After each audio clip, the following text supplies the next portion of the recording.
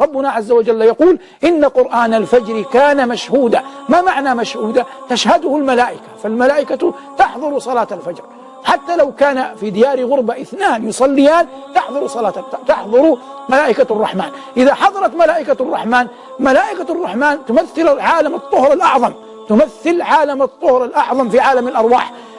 فما بالك بمسلم يخرج وآخر عهده بالناس أنه كان قريبا من عالم الأرواح الطاهر، قريبا من الملائكة، كانت الملائكة قريبة منه بنص القرآن.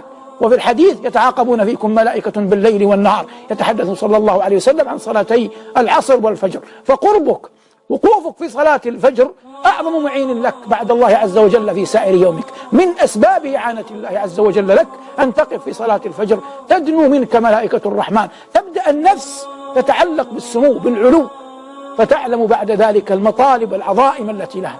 أحيي يومك ما استطعت بذكر الله، فإن ذكر الله عز وجل أنس السرائر وحياة الضمائر وأقوى الذخائر. وهذا قد يكون بينك وبين نفسك، لأن غالب الحال لا يسمح بالجهر، لكن إن وجدت حين من الفرص فأكثر من قول سبحان الله والحمد لله ولا إله إلا الله والله أكبر ولا حول ولا قوة إلا بالله، وأكثر من دعاء ربنا آتنا في الدنيا حسنة وفي الآخرة حسنة وقنا عذاب النار. مما يعينك على السمو في عالم الأرواح إذا أظلم الليل لا يفوتنك أن يكون لك حظ من صلاة الليل ولو يسيرة ولو أدنى الكمال، 3 ركعات، فإن هذه ال3 ركعات تعينك في نهارك.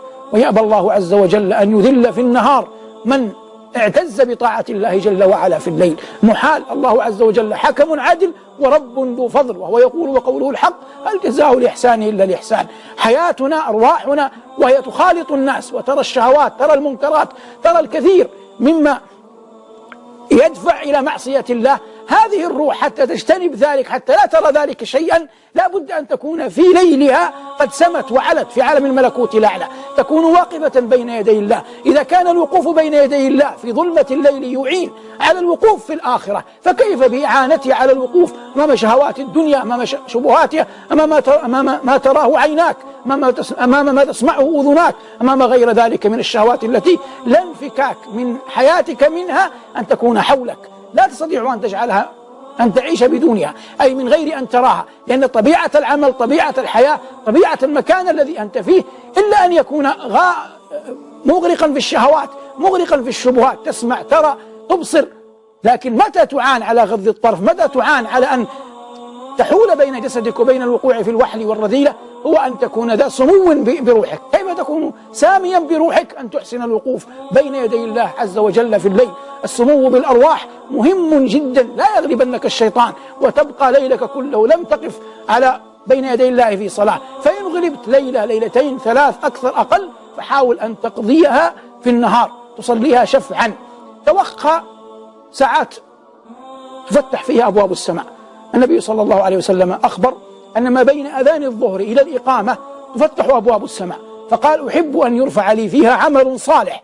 قد يكون هذا وقت محاضرات، قد يكون وقت عمل، لكن قد تأتي أيام لا عمل فيها، قد يأتي يوم مأذون فيه. فمثلا الذي المعلوم أن في البلاد التي أنت فيها أن يومي الأحد والاثنين لا دراسة فيها، وهذان بالنسبة لك معين على أنك بين الأذان والإقامة تصلي 4 ركعات، ركعتان، حتى تصل بسمو روحك إلى الملأ الأعلى.